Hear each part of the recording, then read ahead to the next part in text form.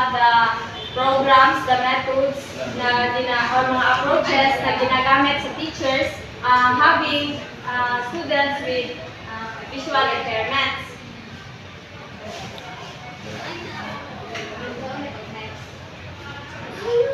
Na. Naay mga approaches teachers that has to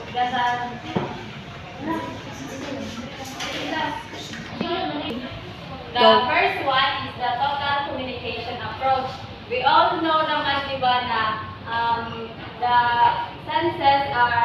five senses are the foundation of learning. Those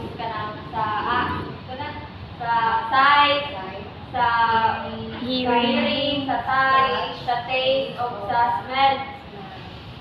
Kanina approach, it is a primary medium for learning has been selected. Teachers should keep in mind that some children can use both tactile and visual materials, and that all children can and should use auditory materials. Kanina approach kay gamiton sa teacher na naka-encounter or having students with visual impairments kanang five senses gani ikuan na niya ba na mga activity just like mga mag-gather siya og mga kanang tactile materials, tactile kanang mga objects to represent an activity kuntahay mag-represent siya og baso. Unsay gamit sa baso, di ba? Sudlan og tubig or kanang imnanan. So, mao na ang total communication approach. Ikuan ni teacher ang five senses para ma-identify niya kung asa ang weaknesses o mga strengths sa bata.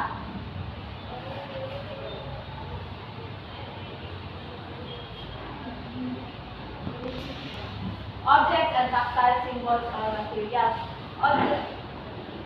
Objects or tactile symbols are used often to build communication skills with students. Teachers will commonly begin by using a concrete whole object known as an object of reference to represent an activity. So, mao to sa partner gapon siya sa total communication approach. Mag-use of objects or tactile materials ang isa ka teacher to build skills and communicate with kanang students between sa teachers and sa students. Assistive devices, the technology-related assistance to individuals with disabilities. Act of 1988 described an assistive technology device as any item, piece of equipment, or product system, whether acquired commercially, off-the-shelf, modified, or customized, that is used to increase, maintain, or improve functional capabilities of individuals with disabilities. Ang assistive devices, these are the mga devices got to assist the students with visual impairment para makaklaro sila o mga lagyo o mga nearsighted or farsighted, just like kaning magnifying glass, kaning eyeglasses o ako ganun ko kina instead of mag-eyeglass sila nag-use sila o contact lens. Braille system used as a writing tool by a lot of teachers who are teaching learners with visual impairment. Ang braille system, isa po din siya sa tools na ginagamit sa teachers, na naay students having visual impairments para i-guide sila ba. Ang braille system, ano siya ang braille system? Mura siya kung kanang codes gani. Mura siya Morse code.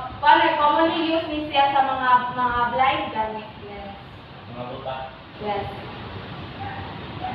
The slate and the stylus. The slate and the stylus are tools used by students with visual impairment to write text without assistance. It is lightweight and inexpensive tool. It does not need electricity or battery. It is made of wood or plastic. Slate and stylus is isa po siya sa kuan mga tools na ginagamit to assist the students with having visual impairments without kanang maka-write sila og text without kanang assistance gani ang itsura sa slate and stylus kay nara sila.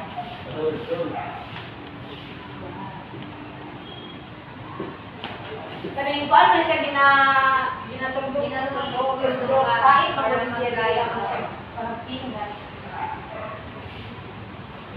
So, mao ni siya ang paano guide sa pag-use o pag-write sa using stylus, slate and stylus. Wala ko i-kuha na kanang video guys. Kasi ingatan lang siya to slow mo. Go. Sige. So, proceed na tayo sa orientation and mobility. Orientation is the ability to mental map people how to move to the environment, and mobility refers to the ability to travel safely and efficiently from one place to another. Orientation kay kanang mao na siya orient nimo, mental map nimo ang kuan ability sa sarili. Mental map nimo ang student having visual impairment kanang gina-guide nimo sila ikaw ang nagahimo murag isa nila kanang shoulder. Then ang mobility mao na ang ability sa isa ka individual to travel safely and move efficiently from one place to another. Ang orientation training involves teaching learners with visual impairments to understand their environment and to recognize their surroundings and their relationship with them. Ang orientation training no kay mao ni siya training to teach learners na naay visual impairments to para ma-understand nila ang ilang environment, ma-familiarize nila and makakuha sila kung unsa yung relationship nila between sa environment. The white cane is a long cane that helps someone with low vision or vision loss navigate and avoid obstacles on the road. It is their visual aid that helps identify dams, platforms, edges, steps, and even surfaces. White cane is commonly used by mga blind. It is their visual guiding tool na siya. It is their visual aid to ma-identify nila kung naabay mga obstacles, mga dams sa ilahang agianan or mga paths na ilang giagian. Muna siya ang itsura sa white cane. There are terminologies or keywords in orientation and training, orientation and mobility. The first one is the shoreline. It is the guidelines of the roads, pathways, edge, or border of any road. Shoreline, mao ni siya ang mga guidelines or mga borders sa isa ka road.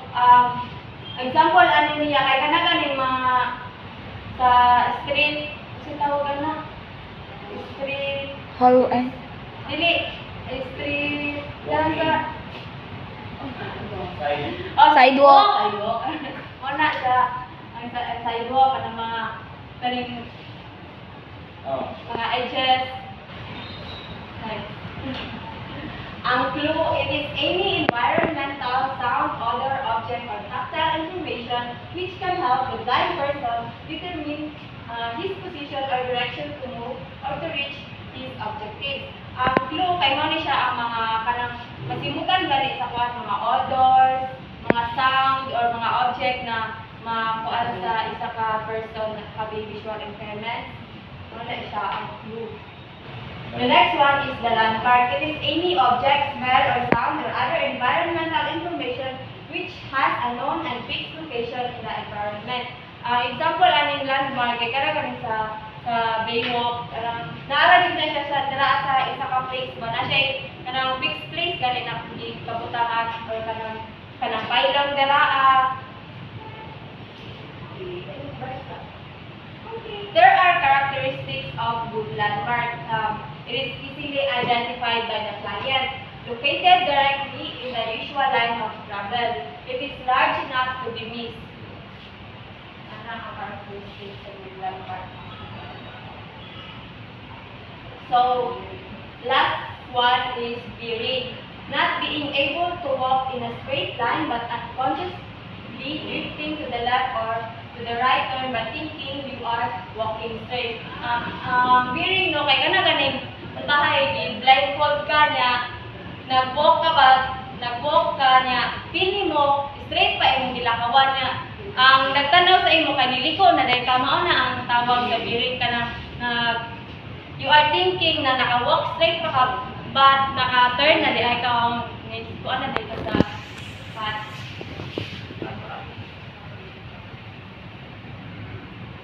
The last is geographical descriptions of streets. Ano siya? Parallel, perpendicular, or curve.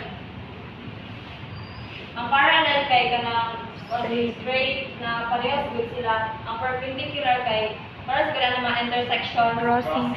Crossing. Tapos ang curve kay parehas na sa parehas. Barat.